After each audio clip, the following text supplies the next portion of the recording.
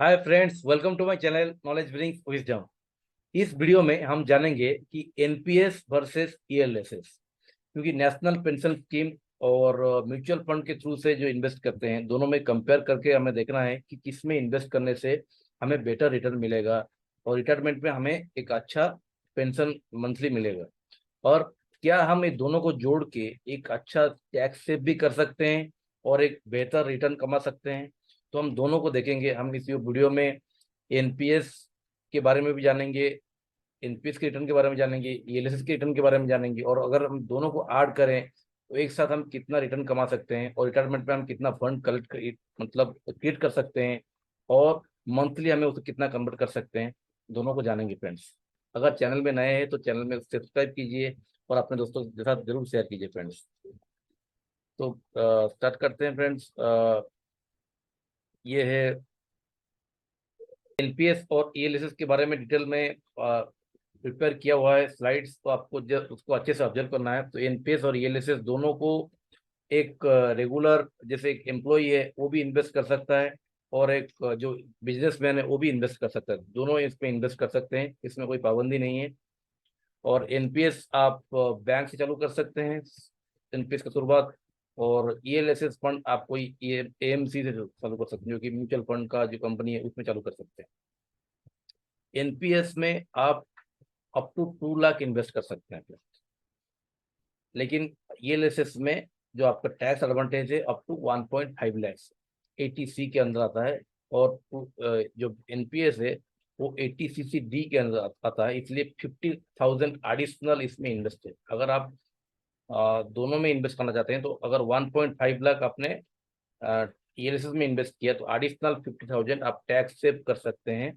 ठीक है, अगर आपका सैलरी से 9 लाख से और आप 2 लाख टैक्स सेव करना चाहते हैं तो 1.5 लाख आपका ईएलएसएस में टैक्स सेव होगा, और 50,000 आपका एनपीएस में टैक्स सेव होगा। और 50,000 आपका ऐसे ही tax save automatically government save करता है, तो उसके हिसाब से आपका अगर 9 lakh tax 9 lakh total salary है तो 2 लाख और 2.5 लाख आपका टैक्स फ्री हो गया, तो 6.5 से ही आपका टैक्स कटना चालू होगा फ्रेंड्स।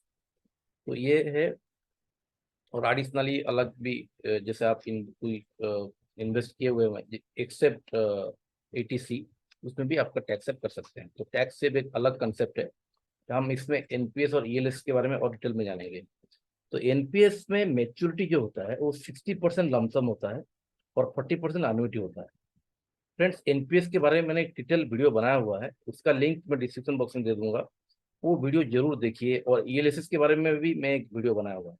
तो एनपीएस ईएलएस अगर बारे में डिटेल में जाना चाहते हैं तो आप वो दोनों वीडियो देख सकते हैं, डिटेल इन्फॉर्मेशन आपको मिल जाएगा। लेकिन इस वीडियो में आप दोनों का कंपैरिजन जानेंगे फ्रेंड्स। ईएलएसएस में आपको कोई फिक्स अमाउंट नहीं है, आपको कोई जैसे ईएलएसएस का कोई फिक्स मैच्योरिटी नहीं है। आप जैसे आपने 60 ईयर्स तक से ईएलएसएस में इन्वेस्ट किया तो 60 ईयर्स तक आपको मैच्योरिटी जो है वो मिल जाएगा। लेकिन यहाँ पे मैच्योरिटी जो है अप टू रिटायरमेंट है, 60 ईयर्स, अप टू 60 ईयर्स तक ही आप एनपीएस में इन्वेस्टेड रहेंगे। उसके बाद भी आप कर सकते हैं, लेकिन नॉर्मली 60 ईयर्स तक इन्वेस्टेड रहेंगे, क्योंकि आपका सैलरी जो अमाउंट आता रहेगा उसको ही आप इन्वेस्ट करेंगे। 60 ईयर्स के बाद आपका सैलरी आना बंद हो जाएगा, तब आप रिटायर होने के बाद उसमें इन्वेस्ट नहीं कर पाएंगे। 60 ईयर्स तक आपने इन्वेस्ट किया, 60% आपको लमसम मिलेगा, 40% एनुइटी मिलेगा। एनुइटी मीन्स मंथली मिलेगा, और 60% का पूरा पैसा मिल जाएगा और 40% आपको मंथली मिलेगा। लेकिन ईएलएसएस में आपको पूरा पैसा कंप्लीट मिलेगा। तो पार्शियल विड्रॉल अगर आप सोच रहे हैं तो सिर्फ ईएलएसएस में बहुत ईजी है, 3 ईयर्स में आप पार्शियल विड्रॉल कर सकते हैं। लेकिन यहाँ पे मनी जो है एनपीएस थोड़ा कॉम्प्लिकेटेड है विड्रॉल करने के लिए। फिर भी एनपीएस में अलाउड है अप टू 25%। अगर आपने 1 लाख रखा एनपीएस में तो आप उसमें 25,000 को विड्रॉ कर सकते हैं, पूरा विड्रॉ नहीं कर सकते। तो नो डेट लाइबिलिटी है एनपीएस में, और टैक्स एग्जेप्शन है। टैक्स जो है वो ट्रिपल ई। एनपीएस जो है उसमें सबसे बेनिफिट क्या है, एनपीएस पहले भी टैक्स फ्री है, 50,000 एडिशनल टैक्स फ्री है। और 50,000 जब आप इन्वेस्ट करेंगे उसमें आप 20% या 30% आपका टैक्स आपके हिसाब से टैक्स फ्री मिलेगा। और एडिशनली आपका टोटल जो इन्वेस्ट किया हुआ है वो पैसा जो है वो भी टैक्स फ्री है। लेकिन ईएलएसएस टैक्स फ्री नहीं है फ्रेंड्स। ईएलएसएस जो है वो 1 लाख तक ही आपने जो गेन किया वही टैक्स फ्री रहेगा। लेकिन आपने जो अगर कोई पूरा रिटायरमेंट का फंड क्रिएट कर रहे हैं, अप्रोक्स 1 करोड़ से ज्यादा टैक्स फंड क्रिएट कर रहे हैं, तो ऑलमोस्ट पूरा ही वो टैक्स 10% का टैक्स जो है उसको आपको देना पड़ेगा। तो टैक्स कैलकुलेट करके मैं कितना आपको रिटर्न मिलेगा वो भी आपको दिखा दूंगा फ्रेंड्स, पूरा कैलकुलेटर है। तो टैक्स कैलकुलेट करके कितना आपको मिलेगा पूरा हिसाब जो आपको मिल जाएगा। तो ईएलएसएस में फायदा क्या है, ईएलएसएस का मैं टैक्स कैलकुलेटर में दिखाता हूँ। ईएलएसएस में अगर आपने 5,000 इन्वेस्ट किया और एनपीएस में 5,000 इन्वेस्ट किया, अभी मैं दोनों को कंपेयर करके दिखाऊंगा कि 5,000 अगर आप इन्वेस्ट करते रहेंगे तो आपको कितना पैसा मिलेगा। और दोनों को अगर जोड़ के आपको इन्वेस्ट करना है तो आपको कैसे इन्वेस्ट करना चाहिए वो भी मैं आपको दिखाऊंगा फ्रेंड्स। अगर आपने एनपीएस में 5,000 इन्वेस्ट किया है, 30 ईयर्स तक आपका ये उम्र है, 30 ईयर्स आपने 5,000 इन्वेस्ट किया, तो आपको टोटल रिटर्न मंथली मिलेगा 22,000। उसके साथ में मंथली पेंशन मिलेगा और आपको एक लमसम वैल्यू जो है वो मिलेगा 68 लाख। टोटल पर्पस आपका 1 करोड़ 13 लाख होगा, लेकिन आपको पूरा पैसा नहीं मिलेगा। आपको लमसम और 68 लाख पूरा आपको हाथ में आ जाएगा, लेकिन बाकी जो पैसा है वो आपको मंथली अप्रोक्स 22,000 के आसपास मिलेगा। ये 22,000 जो है वो एक ये हिसाब से कैलकुलेट किया हुआ, जैसे ये 10% एक हमने प्लान किया कि 10% अप्रोक्स मिलेगा एनपीएस। वो मार्केट लिंक है इसलिए आपको ज्यादा भी मिल सकता है, 12% भी मिल सकता है और कम भी 9% भी हो सकता है। ये अप्रोक्स 10% और 6% आपका एनुइटी कैलकुलेट किया हुआ है, जो कि आपको उसी का आसपास ही मिलेगा फ्रेंड्स आपको। तो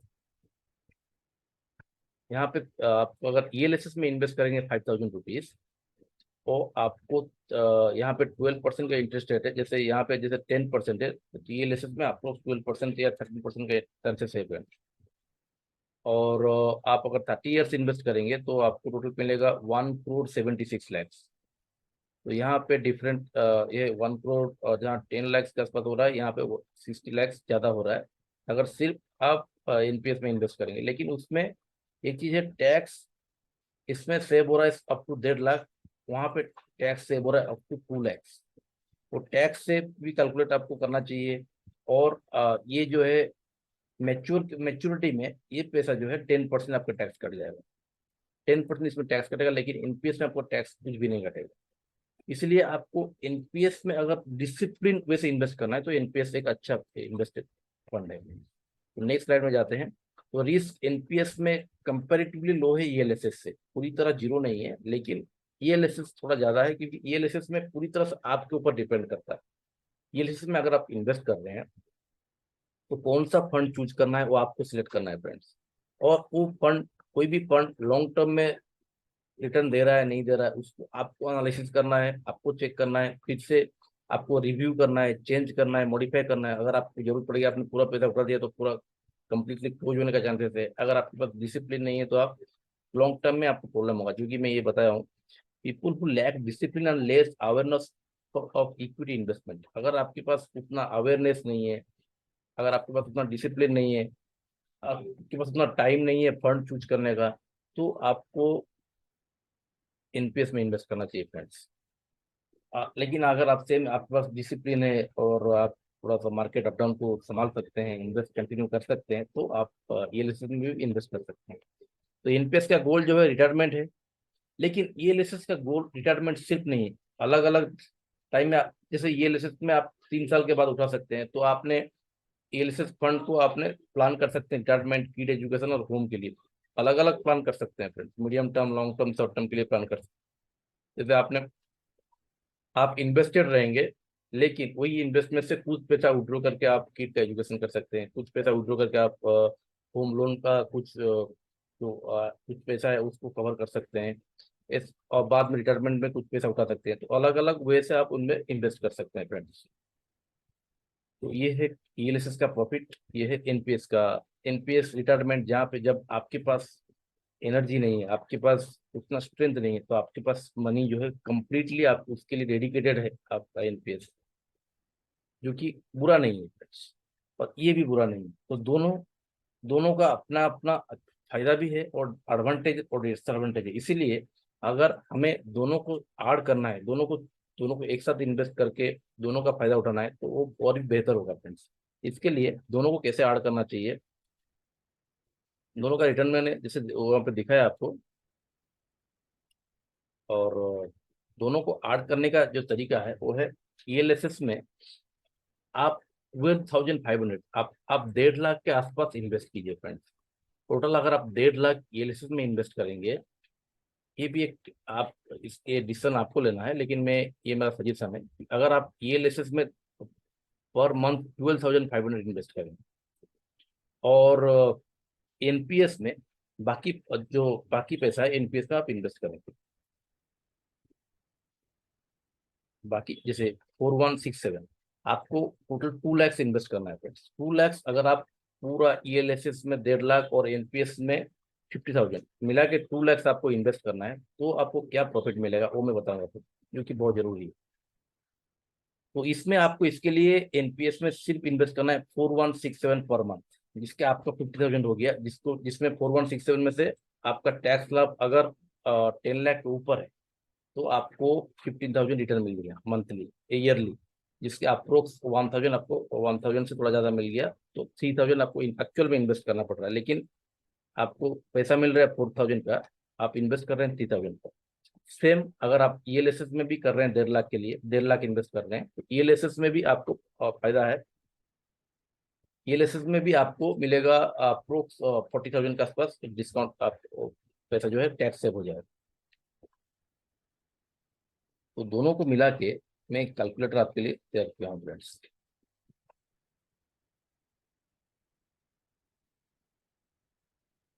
एक चीज आपको जानना जरूरी है कि एनपीएस और ईएलएसएस दोनों ही मार्केट रिस्क में है। दोनों इन्वेस्ट आपका पैसा जो है वो फिक्स डिपॉजिट पे नहीं जा रहा है, इन्वेस्टमेंट हो रहा है, तो आपको मार्केट का रिस्क है, वो वो आपको पहले से जानना जरूरी है। और दूसरा है कि एनपीएस और ईएलएसएस दोनों ही subjected to regulations, rules regulations जो है गवर्नमेंट उसमें चेंजेस भी लाता है। जैसे ईएलएसएस में पहले कोई टैक्स नहीं लगता था, म्यूचुअल फंड में कोई टैक्स नहीं लगता था। अभी 1 लाख के ऊपर जो है वो अप्रोक्स 10% टैक्स लग जा रहा है।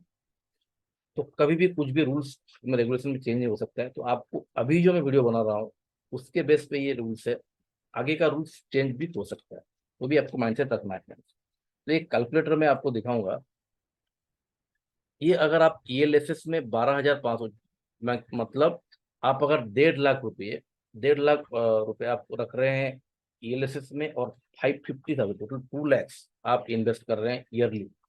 अगर आपका सैलरी है 10 लाख 12 लाख, तो आप उसमें से 2 लाख को पूरा भूल जाइए, आप उसको इन्वेस्ट कर दीजिए लॉन्ग टर्म के लिए। और 2 लाख को छोड़ के और 2 लाख कंप्लीटली आपको टैक्स से भी करके देगा। आपको 2 लाख पूरा टैक्स से भी, 2 लाख का आपका टैक्स में से नहीं कटेगा, और तो टैक्स से का जो पैसा है उसको आप खर्चा कीजिए, लेकिन ये 2 लाख को आप इन्वेस्ट कर दीजिए। इस 2 लाख को आप, अगर आपका उम्र है 30 साल, तो 30 साल इसको, ये 2 लाख को आप भूल जाइए, बाकी पैसा को आप खर्चा कीजिए, एंजॉय कीजिए, लेकिन इसको हाथ मत लगाइए, इसको 30 साल तक छोड़ दीजिए आपका रिटायरमेंट के लिए। बाकी पैसे को आप उसमें बाकी पैसे में आप कुछ खर्चा कीजिए, अलग खर्चा कीजिए, ईएमआई करके भी आप कुछ जरूरी खर्चा कर सकते हैं, लेकिन इस महीने को आपको हाथ नहीं लगाना। तब जाके आपको ये रिटर्न अब मैं दिखा रहा हूँ वो आपको फायदा मिलेगा। तो ये लेसेस में अगर आप 1.5 लाख इन्वेस्ट करेंगे 30 ईयर्स तक, तो आपको मिलेगा 4,41,000, सॉरी 4 crore 41 lakhs मिलेगा। और एनपीएस में अगर आप 50,000 इन्वेस्ट कर रहे हैं तो आपको मिलेगा 94 lakhs, जो कि आपको 1 crore है। तो 94 लाख जो है वो दो हिस्से में मिलेगा आपको, एक है 37 लाख, दूसरा है 56 लाख। 37 जो लैक्स मनी है वो आपको पूरा नहीं मिलेगा, वो आपको अप्रोक्स 19,000 के आसपास मंथली आपको मिलेगा। मंथली आपको ऐसे पेंशन मिलेगा, क्योंकि एक एनपीएस जो है वो पेंशन के लिए, तो आपको 19,000 हाथ में पेंशन आ गया ये पैसा का। बाकी ये आपने जो ईएलएसएस में पैसा कमाया 4 लाख 4 crore 40 लाख, वो 4 crore 40 लाख में से टैक्स कट जाएगा फ्रेंड्स। तो उसमें से टैक्स कट के आपको 3 crore 92 lakhs मिलेगा। और ये जो है ये सिर्फ लमसम कितना मिलेगा 56 lakhs। बाकी पैसा जो है आपको मंथली मिल जा रहा है। तो मंथली आपको 18,000 अप्रोक्स मिल रहा है। और यहाँ पे आपको दोनों लमसम जो मिला के, ईएलएसएस का लमसम और एनपीएस का लमसम मिला के टोटल 4 करोड़ 50 लाख के आसपास हो रहा है। वो जो 4 करोड़ 50 लाख के आसपास हो रहा है उसको मैं कैलकुलेट करके 8% इंटरेस्ट, अगर आप उसमें आप री इन्वेस्ट करेंगे 88, ओनली 8% इंटरेस्ट, जो कि आप म्यूचुअल फंड और डेट डेट और म्यूचुअल फंड दोनों का 40 और 60 का हिसाब से अगर इन्वेस्ट करते तो आपको 8% का इंटरेस्ट रेट मिल जाएगा फ्रेंड्स। 8% को मैंने 12 से डिवाइड किया मंथली। देखिए फ्रेंड्स, मंथली आपको ऐसे ही 3 लाख रुपीज आपको मंथली मिलेगा। तो यहाँ पे आपको 3 लाख और यहाँ पे आपको 18,000, 3,18,000 का पैसा आपको मिल जाएगा। लेकिन मंथली जो 3,18,000 है उसमें से भी टैक्स मैंने 20% कैलकुलेट किया है। 20 से 30% अलग टैक्स का। एक्चुअली टैक्स तब कितना कटेगा अभी बोलना बहुत मुश्किल है। तब का टैक्स का रेगुलेशन के हिसाब से चेंज हो सकता है। मैं 20% कैलकुलेट किया हूँ, अगर 20 से 25 30 सब मिला के कुछ भी हो सकता है। तो अप्रोक्स 2,50,000। तो आप 2,40,000 या 50,000 धरिए पकड़िए।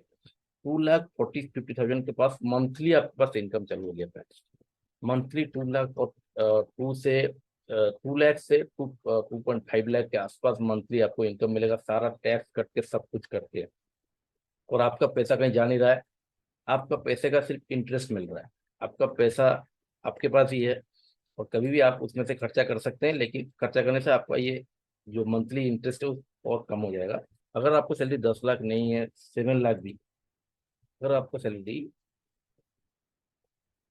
9 लाख पकड़ रहा है तो भी, तो आप ये 2 लाख इन्वेस्ट कर सकते हैं फ्रेंड्स। 2 लाख इन्वेस्ट करके आप बाकी कुछ 7 लाख है उसको उसमें से कुछ इन्वेस्ट कीजिए, एसेट में इन्वेस्ट कीजिए। आप 3 to 4 लाख आपका पर्सनल खर्चा कीजिए, 3 to 4 लाख आप एसेट में इन्वेस्ट कीजिए, अलग अलग एसेट्स में इन्वेस्ट कीजिए। तो आपका जो मनी है वो फिर से ग्रो करेगा, फ्यूचर आपका सिक्योर हो जाएगा फ्रेंड्स। तो फ्रेंड्स, वीडियो आशा करता हूँ अच्छा लगा है। अगर वीडियो अच्छा लगा है तो अपने दोस्तों में शेयर कीजिए। चैनल को सब्सक्राइब नहीं किया तो जरूर सब्सक्राइब कीजिए फ्रेंड्स।